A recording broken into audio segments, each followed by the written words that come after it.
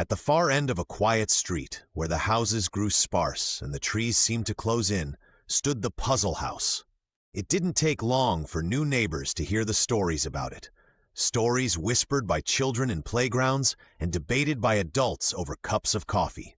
The house wasn't just strange, it was legendary. Paint chipped eternally from its walls, yet the colors never seemed to fade. Its windows reflected the sun in peculiar patterns, like they were trying to form shapes or even messages. The yard, unkempt yet oddly symmetrical, felt like something out of a dream or a nightmare.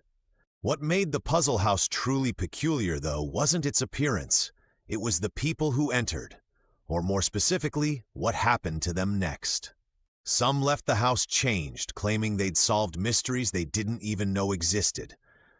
Others left silent and hollow-eyed, as though the house had stolen something vital from them. And then there were those who never walked out at all. Nobody knew if they simply stayed inside forever or disappeared into some other realm. But still, something about the puzzle house seemed to beckon, as if daring the curious to step through its crooked door. The house had been there for as long as anyone could remember, and if you asked the oldest resident of the street, a frail man named Mr. Aldridge, he'd tell you, with a distant look in his eyes, "That house isn't from here. It's older than any of us." When pressed to explain, he would simply mutter, "Not this place, not this time." That is, until the new kids on the block came along. Max, a 16-year-old skeptic with a fascination for riddles, and his younger sister Lily, who could never resist a challenge. They moved with their family into the house across the street. From the moment Max laid eyes on the puzzle house, he was hooked. It didn't help that his bedroom window offered a perfect view of its dilapidated glory. Lily, on the other hand, was less intrigued. She often told her brother in her soft but persistent voice, "You don't always have to solve things, Max. Maybe some puzzles are better left alone." But Max couldn't help himself. He watched the house day and night, sketching its strange angles in his notebook and jotting down every anomaly he noticed. Sometimes he thought he saw shadows moving behind the windows, even though no one had entered the house for months. Other times he swore the patterns of sunlight on its walls had shifted, spelling something, though he could never quite make out the words. Then one moody October afternoon they found it, a box on their doorstep. The package was old, wrapped in faded parchment, and sealed with wax that bore an unfamiliar symbol.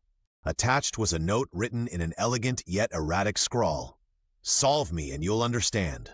Inside the box was a puzzle, not just any puzzle, but a cube-like contraption made of glass and metal, with intricate gears and mechanisms crisscrossing its surface. The moment Max touched it, the cube seemed to hum lightly as though it recognized him.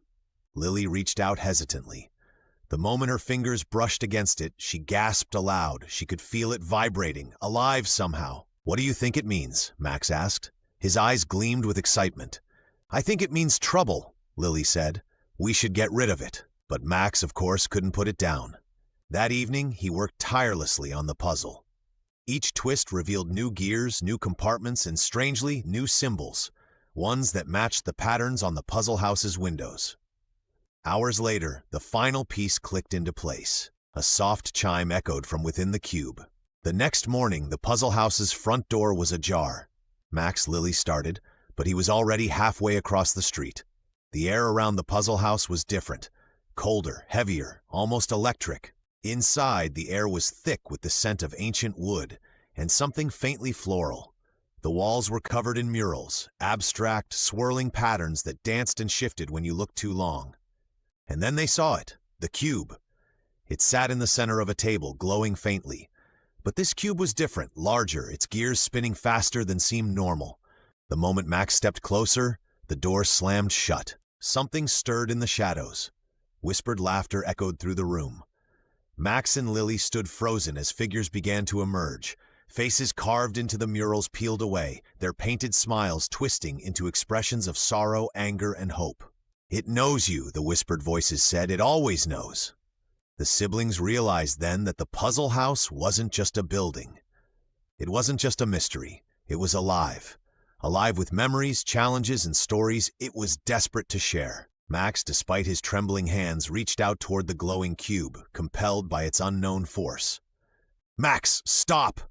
But before her words could reach him, The cube clicked open. Light flooded the room, and in that moment, they both knew. Solving this puzzle wasn't the end. It was only the beginning. And from that day on, nobody saw Max or Lily again.